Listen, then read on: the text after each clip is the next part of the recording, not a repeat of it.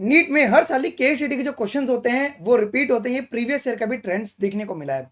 आज केसीईटी का पेपर था बायोलॉजी का, और यहाँ पे 60 एमसीक्यूज आते हैं। तो इस वीडियो को आप लोग एंड तक जरूर से देखना। बहुत ही प्यारे प्यारे क्वेश्चंस यहाँ पे दिए गए थे आज के पेपर में। आपके कितने इसमें से करेक्ट होते हैं मैं बहुत सारे क्वेश्चन से पूछूंगा। सो वीडियो को पॉज करके ना आप लोग बाकायदा उसका आंसर कॉमेंट सेक्शन में लिखिएगा, जिससे कि आपका हर एक क्वेश्चन जो है एक टॉपिक वाइज रिविजन होते हुए कंप्लीट हो जाएगा। हो सके तो इस वीडियो की स्पीड को 1.5x कर देना, एंड अपने दोस्तों को भी आप लोग शेयर कर दीजिएगा। सबसे पहला जो सवाल आया था ये मैच द कॉलम। ये सारे सवाल हम लोगों ने ऑलरेडी मॉक टेस्ट में किए हुए क्वेश्चंस है। 60 के 60 सवाल। देखिए पहला सवाल कह रहा है कि visualisation of the DNA in the gel electrophoresis. इसके लिए हमारे पास इथिडियम ब्रोमाइड यूज करते हैं हम लोग। आज सुबह मैंने आपको बताया था।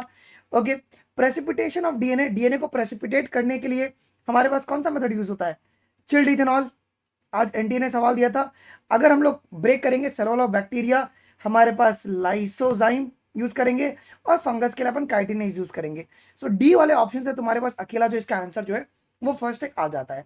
अगला, human protein obtained from transgenic animal which is use to treat the emphysema. देखो इन्फेंसीमा को ट्रीट करने के लिए हम किसको यूज करते हैं? अल्फा 1 एंटीट्रिप्सिन को यूज करते हैं। ये एनसीईआरटी का डायरेक्ट एक लाइन दिया हुआ है जी। अगला, given below are the sequence of event in the production of human insulin by Eli Lilly. Okay, Eli Lilly company ने जो इंसुलिन बनाया था वो किस स्टेप से बनाया था? अब देखो ये सवाल बहुत सारे बच्चे गलत करेंगे। पहले वीडियो को पॉज करके तुम लोग आराम से पहले इसका आंसर सोचना अपने दिमाग के अंदर, उसके बाद ये टिक करना। अगर हम देखें सबसे पहला स्टेप क्या होगा कि preparation of 2 DNA sequence corresponding to chain A and chain B of human insulin. पहले आप लोग अलग अलग क्या करोगे, ये बनाओगे, डीएनए का सीक्वेंस बनाओगे। फिर वो डीएनए का सीक्वेंस बनाने के बाद क्या करोगे? उसके बाद उसको इंट्रोड्यूस करोगे into the plasmid of E coli. उसके बाद आप इसको इंट्रोड्यूस करोगे ई कोलाई के प्लाज्मिड में। इसके बाद आप क्या करोगे? अलग अलग चेन ए और चेन बी को सेपरेटली आप लोग प्रोड्यूस करवाओगे, और लास्ट में आप एक्सट्रैक्ट करोगे चेन ए और चेन बी को by combining them in the culture by adding the disulphide bond. तो इसका जो आंसर होगा ना वो 2 होगा, डी नहीं होगा।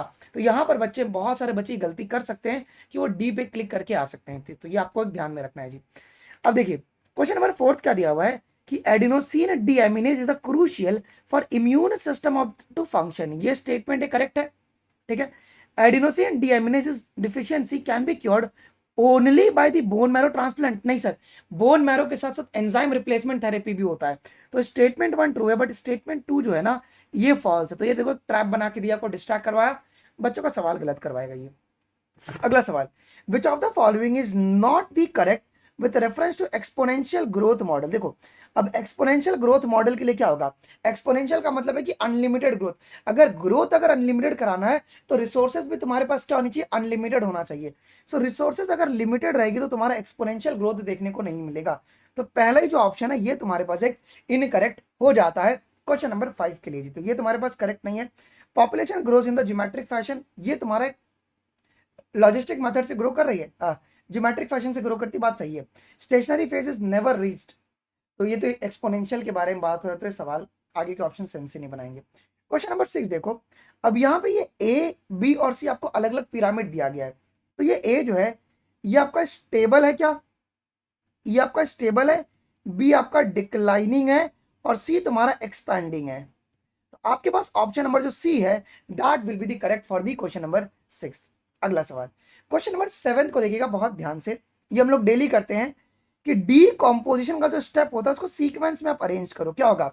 FLCM, fragmentation, leaching, catabolism, humification और मिनरलाइजेशन। तो 7th का जो होगा that be will be the correct statement. अगला अब देखिए data based questions. The annual net primary productivity on the land and the ocean. देखो लैंड पे कितना होता है बेटा जी? 115 बिलियन, और ओशन में तुम्हारे पास 55 बिलियन होता है क्या? ये एनुअल नेट प्राइमरी प्रोडक्टिविटी पूछा हुआ है। तो आप लोग प्लीज यहां पे गलती बिल्कुल भी नहीं करना। क्लियर है? लैंड पे तुम्हारे पास एनपीपी पूछा हुआ है, जीपीपी नहीं पूछा हुआ, तो इस बात का आपको ध्यान में रखना है जी। एंड व्हाट ओशंस के लिए तुम्हारा 55 बिलियन होगा, एक ये बात आपके लिए बहुत ही इंपॉर्टेंट है। अगला, ये एनसीईआरटी का डायरेक्ट डायग्राम है बच्चों। ऑटोसोमल डोमिनेंट है, ये तुम्हारे पास जो ग्राफ दिया गया है, ये तुम्हारे सॉरी पेडिग्री चार्ट दिया हुआ है, ये ऑटोसोमल डोमिनेंट है। हमने कैसे पता किया कि सर ये ऑटोसोमल डोमिनेंट है? इसका इसका एक रीजन क्या हो सकता है? देखो ये सेक्स लिंक डोमिनेंट नहीं है, बिकॉज यहाँ पे affected male as a unaffected daughter, तो सेक्स लिंक बनेगा ही नहीं, बिकॉज यहाँ पे अफेक्टेड जो मेल है उनकी अनअफेक्टेड डॉटर यहाँ पे नहीं है। तो इस बात का आपको ध्यान रखना है जी। क्वेश्चन नंबर 10 देखिएगा, बहुत ही प्यारा सवाल है। क्या कह रहा है कि there is a less species diversity in the tropical latitude than in the temperate region. ये बात आपका एकदम गलत हो जाएगा, ये एकदम गलत हो जाएगा। क्यों? तो tropical region has the more biodiversity than the temperate region. ये पहला इनकरेक्ट हो गया। Tropical environment unlike temperate ones are less seasonal, relatively more constant and predictable होते हैं क्या? हाँ जी। तो स्टेटमेंट 1 तुम्हारा इनकरेक्ट है और स्टेटमेंट 2 जो है दैट इज योर ट्रू। देख रहे हो, ये सेम यही फ्लो में हम लोग सवाल डेली प्रैक्टिस करते हैं, है कि नहीं? That D will be the correct option. अगला क्वेश्चन नंबर 11 देखिए। अब यहाँ पे ना आपको बेटा बैठ के ना एक पूरा क्या कहते हैं फ्लोरल फॉर्मूला बनाना है। अ student was given a bisexual, मतलब बाइसेक्सुअल उसको दिया गया, फिर एक्टिनोमोमॉर्फिक दिया गया, एक्टिनोमॉर्फिक, फिर पेंटामरस थे 5 थे, गेमियोसेपेलस थे उसके पास, गेमियोसेपेलस एंड गेमियोपेटलस, ठीक है, मतलब ये फ्यूज्ड है with 5 स्टेमन in the EP petals. मतलब आपके पास क्या रहेगा, ईपी पेटलस का मतलब है कि वो जॉइंट रहेंगे with the bicarpellary syncarpous superior ovary and asked to state the floral formula. क्या होगा जी? अगर आप देखेंगे यहाँ पे सुपीरियर ओवरी है, सुपीरियर ओवरी है तो जी के नीचे एक डंडा लगेगा, ठीक है, और ये दोनों फ्यूज्ड हैं, सेपल्स भी तुम्हारे पास और पेटल्स भी दोनों फ्यूज्ड हैं। तो ऑप्शन नंबर जो डी होगा that will be correct for the question number 11 जी। ठीक है, अगला सवाल। A student was asked to identify a permanent slide of mitosis. He made the following observation: splitting of centromere and formation of a daughter chromatids. Chromatids are migrating toward the opposite pole. अब sir ये opposite pole में जा रहे हैं, किसका feature है ये feature आपका एनाफेज का फीचर होता है। अगला question number 13, with respect to the binomial nomenclature identify the incorrect statement. देखिए पहला वर्ड जो होता है in the name represent the genus, not a species. Genus आपका होता है ना, उसके बाद तुम्हारा स्पेसिफिक एपिथेट आएगा। तो 13th का B will be your correct जी। बहुत सिंपल क्वेश्चन था ये। अगला, organism X is the multicellular heterotrophic eukaryote with chitinous cell wall. ये किस किंगडम में आएंगे यार? फंगस में आएंगे। Simple question. आइए जी, read the following statement about the Funaria. आपको बेटा फ्यूनेरिया के बारे में यहाँ पे पढ़ना है। ओके, थोड़ा सा ब्लड दिखता रहेगा लेकिन देख लो। And select the option which are correct. कौन सा फ्यूनेरिया के लिए करेक्ट है? देखो फ्यूनेरिया तुम्हारा क्या होता है, पहली बात बताओ। ये आपका होगा ब्रायोफाइट्स। अगर ये ब्रायोफाइट होगा सो गैमेटोफाइट तुम्हारा ये डोमिनेंट प्लांट बॉडी होगा। स्पोरोफाइट तुम्हारा डिफरेंशिएटेड होगा फूड सीट और कैप्सूल में, ये करेक्ट है। गीमा जो होता है बेटा ये फ्यूनेरिया में नहीं मिलता है, ये लिवर रूट से मिलेगा, मार्केंशिया में देखने को मिलेगा, तो ये काट दो तुम, ठीक है। स्पोरोफाइट्स हैज इंडिपेंडेंट एग्जिस्टेंस, नहीं सर, ये गैमेटोफाइट पे डिपेंडेंट होता है। सो 15th का ए एंड बी जो रहेगा that will be the correct option जी। ठीक है, अगला मैच दी कॉलम दिया है क्वेश्चन नंबर 16, आराम से करते हैं। लीच जो होगा बेटा दैट इज और नेफ्रीडिया मिलेगा। लोक्यूस्ट, मैल्फीजियन टिब्यूल। लीवर फ्लूक के लिए अगर हम बात करेंगे तो फ्लेम सेल। अल्बेनोग्लोसस के लिए proboscis gland, option number C. आइए, identify the flower with the polyadelphous condition. Polyadelphous का बेस्ट एग्जांपल कौन है हमारे पास? सिट्रस होगा। देखो इस बच्चे ने बहुत इसके क्वेश्चंस गलत हुए। चाइना रोज तुम्हारे मोनोएडेल्फस है, ये मोनोएडेल्फस होते हैं। पी तुम्हारा डाईएडेल्फस होता है। पी तुम्हारे पास क्या होता है जी? डाईएडेल्फस होता है। ये तुम्हारे पास एनसीईआरटी की डायरेक्टली लाइन है। सिट्रस तुम्हारा पॉलीएडेल्फस है, नॉट अ मस्टर्ड। ठीक है, अगला, the large empty colourless cells seen on the upper epidermis in the grasses which facilitate the curling, वो कौन है? ब्यूलीफॉर्म सेल्स हैं, ये डायरेक्ट लाइन है। चलो, find the incorrect statement among the following with respect to the digestive system of the frog. कौन सा incorrect है जी? देखो, food is captured by the bilobed tongue, ये करेक्ट है। ईसोफिगस तुम्हारा शॉर्ट मिलता है, तभी तो ये कार्निवोर्स हैं बच्चों। ये बात आपको पता होना चाहिए, हम लोगों ने आज सुबह ही किया था ये सवाल। ठीक है, आपको ईसोफिगस यहाँ पे शॉर्ट देखने को मिलता है फ्रॉग के अंदर जी। Liver secretes a bile which is stored in the gall bladder. Undigested जो भी सॉलिड वेस्ट है वो रेक्टम में जाएंगे थ्रू दी क्लोएका। चलो, कौन तुम्हारा फंक्शन नहीं होता प्लाज्मा मेम्ब्रेन का? एंडोसाइटोसिस करता है, इंटरसेलुलर जंक्शन बनाएगा, लेकिन डीएनए का सिंथेसिस नहीं करेगा। डीएनए का सिंथेसिस कभी प्लाज्मा मेम्ब्रेन नहीं करता है, ये नहीं करता, ये फंक्शन नहीं था। डीएनए कौन बनाता है? एक बार कॉमन आंसर हो जाए जी। बनता कहां पर है, कहां फॉर्म होगा? ये न्यूक्लियस के अंदर बनेगा जी। A chromosome with extremely short and a very long arm, acrocentric. NCERT की डायरेक्ट लाइन है बेटा, सब मेटासेंट्रिक नहीं होगा। कह रहा है कि एक एंड बहुत छोटा और एक एंड बहुत बड़ा है, तो 21 का सी विल बी करेक्ट। आइए जी, अब एक ये सवाल भी बहुत ज्यादा इंपॉर्टेंट है बेटा। The following statement are the step in the catalytic reaction of the enzyme. Arrange them in the correct sequence. अब ये एंजाइम है बेटा, उसे एकदम करेक्ट सीक्वेंस में आपको अरेंज करना है। दिमाग लगाते हैं आराम से। देखो सबसे पहले जो सबस्ट्रेट होगा वो बाइंड करेगा to the active side of the enzyme, पहले ये होगा। फिर बाद में सबस्ट्रेट बाइंड करेगा और टाइटली एंजाइम के साथ, which induces a change in the active side of the enzyme, ये करेक्ट होगा। इसके बाद एक्टिव साइड जो एंजाइम का है, अब वो क्लोज प्रॉक्सिमिटी में रहेगा तो बॉन्ड का ब्रेकिंग और मेकिंग चलना शुरू हो जाएगा। और लास्ट में अगर हम बात करेंगे बच्चों, लास्ट में एंजाइम तुम्हारा रिलीज हो जाएगा और प्रोडक्ट भी तुम्हारे अलग हो जाएंगे। तो ऑप्शन नंबर जो बी है that will be correct for the question number 22 as per your NCERT. ठीक है, अगला। A diploid cell has 8 chromosome, undergoes a meiosis and produces a 4 daughter cells. What is the number of chromosome present in each daughter cells formed at the end of meiosis 1? Chromosome number half होता है ना meiosis में, chromosome number आपका half होगा meiosis के अंदर। So question number 23 में इस बात का आपको ध्यान में रखना है जी। आइए जी, a cellulose is an important structural component in the plant which is made up of. अब ये सेलुलोज किन से मिलके बनता है? ये बीटा ग्लूकोज यूनिट से मिलके बनता है बच्चों, ये बीटा ग्लूकोज यूनिट से मिलके बनता है। ओके, गैलेक्टोज नहीं, प्लांट के बारे में बात हो रही है ना, प्लांट के बारे में। तो cellulose is the polymer of beta glucose, है ना, बीटा ग्लूकोज से ये मिलके बनते हैं जी। अच्छा, अगला। In the healthy individual GFR कितना होता है? 125 ml होता है पर मिनट। सो 25 का first will be correct. 26, a hormone that initiate the flowering and synchronising the fruit set in pineapple, आज सुबह हमने किया था, इथिलीन है वो कौन है हमारे पास? इथिलीन हो जाएगा। अगला, identify the incorrect statement regarding the respiratory system in the man. कौन सा इनकरेक्ट है? देखो, lungs is covered by the double layered membrane called pleura, alveoli are surrounded by the rich blood capillaries, the trachea, bronchi and bronchioles are supported by O shaped, नहीं भैया C shaped होता है वो तुम्हारा C shaped होता है। 27 का C will be correct जी। आइए 28 देख लेते हैं। P wave represent the depolarization of atria हो जाएगा ना। 28 तुम्हारे पास पहला स्टेटमेंट गलत हो चुका है। P wave represent the repolarization of ventricles, that the C will be the correct। Okay, C will be the correct option जी। तो ये बच्चे का भाई बहुत सिली मिस्टेक किया इस बच्चे ने। आइए जी, तो आपके पास देखेंगे तो 28 का option number C will be the correct. अगला 29, aldosterone from adrenal cortex stimulate the reabsorption of water and sodium. ये कहां से रीअब्जॉर्ब करेगा? ये कहां से रीअब्जॉर्ब करेगा? क्वेश्चन नंबर 29 दिया हुआ है, from the DCT, later part of the DCT, later part of DCT तुम्हारी एनसीईआरटी की सीधी लाइन है। एल्डोस्टेरोन मेनली तुम्हारा डीसीटी पे काम करेगा और कलेक्टिंग डक्ट पे काम करता है, जहां से वो सोडियम और वाटर का रीअब्जॉर्प्शन बढ़ा देता है जी। ठीक है, अगला। अब ये सवाल तो यार मैंने, ये ट्रैक पर पे अवेलेबल क्वेश्चन है यार। ये सवाल देखो, फाइबरस जॉइंट तुमको कहां पर? फाइबरस हमारे क्रेनियल रहेंगे, क्रेनियल रहेंगे फाइबरस। मेरा आंसर ही आ गया है, लो भाई मेरा आंसर आ गया क्वेश्चन नंबर 30 का डी।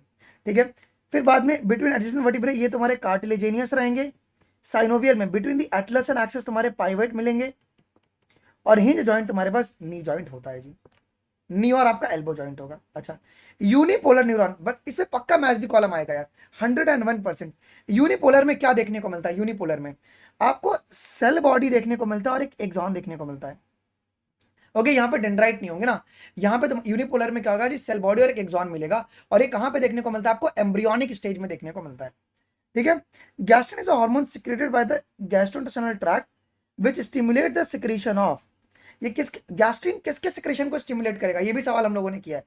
HCl एंड तुम्हारा पेप्सिनोजेन, ये एक बात तुमको ध्यान में रखना है, जो गैस्ट्रिन होगा वो तुम्हारा HCl और पेप्सिनोजेन के जो सिक्रीशन को ये क्या करता है जी, स्टिमुलेट करता है। This is a very very important point. अभी अगले क्वेश्चन की ओर अभी हम लोग आगे बढ़ते हैं जी। क्वेश्चन नंबर हमारे पास 33 दिया हुआ है जी।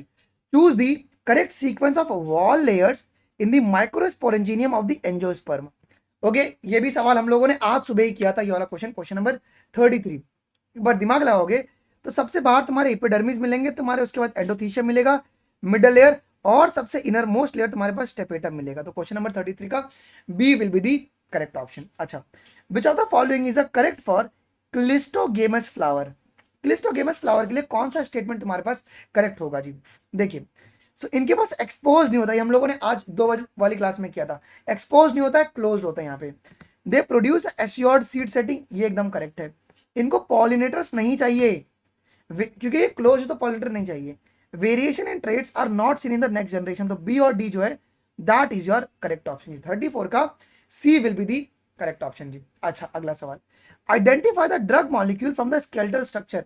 ये किसका है? ये कैनेबिनॉइड्स का, एनसीईआरटी की डायरेक्टली लाइन है। ओके, ये मॉर्फिन ऑर्फिन नहीं है, ये कैनेबिनॉइड्स है।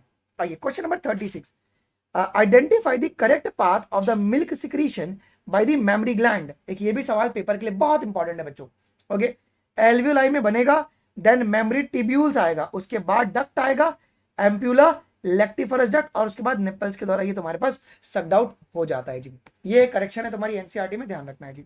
क्वेश्चन नंबर 37, ये कितनी बारी पूछा गया है सवाल, ये बहुत बारी पूछा गया है। Acrosomes, it is filled with enzyme that help in the fertilization. Okay, head ये क्या करेगा? It contain the elongated haploid nucleus. Middle piece, इसके पास माइटोकॉन्ड्रिया मिलेगा, और टेल के पास क्या मिलेगा जी?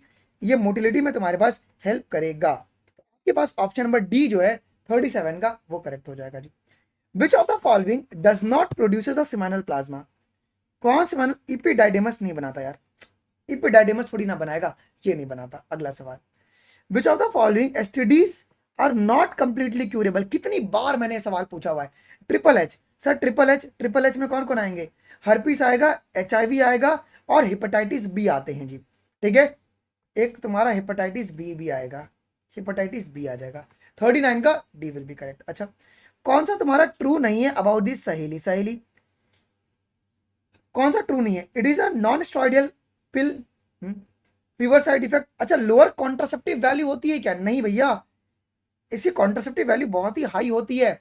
कॉन्ट्रासेप्टिव वैल्यू तुम्हारे पास हाई देखने को मिलते हैं। फीवर साइड इफेक्ट्स होते हैं। ठीक है, ये तुमको पता होना चाहिए। नॉट ट्रू पूछा है तो ये बात आपको ध्यान होना चाहिए। अगला सवाल देखिए क्या पूछा है जी। अ वुमेन, ध्यान से देखिएगा, a women unable to conceive after many years of a regular unprotected intercourse went to the specialized clinic.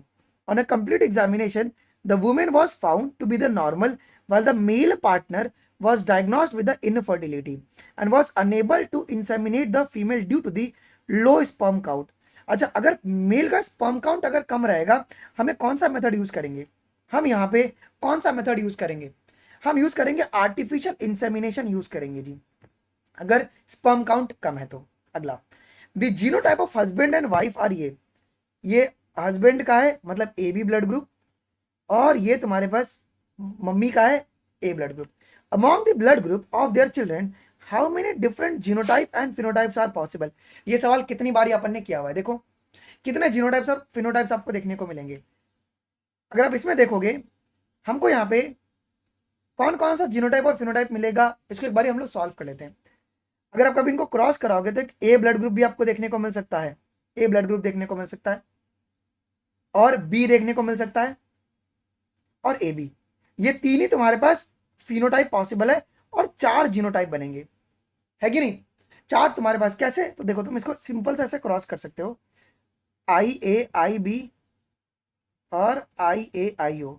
तो एक को अगर तुम इसको क्रॉस करोगे तो ए ब्लड ग्रुप मिलेगा, इसको करोगे तो ए मिलेगा, इसको करोगे तो ए बी मिलेगा, और अगर इसको करोगे तो बी मिलेगा। तो इसका मतलब है कि ए बी और बी ये तुम्हारे पास 3 ही फिनोटाइप होंगे, और 4 तुम्हारे जीनोटाइप आ जाएंगे। The classical example of point mutation sickle cell anaemia, one of the famous question. अगला सवाल, in the typical test cross an organism showing a dominant phenotype is cross with a recessive parent. यहाँ पे dominant phenotype को अपन recessive parent से cross करते हैं क्या? लेकिन ये हेट्रोजाइगस होना चाहिए, बात सही है।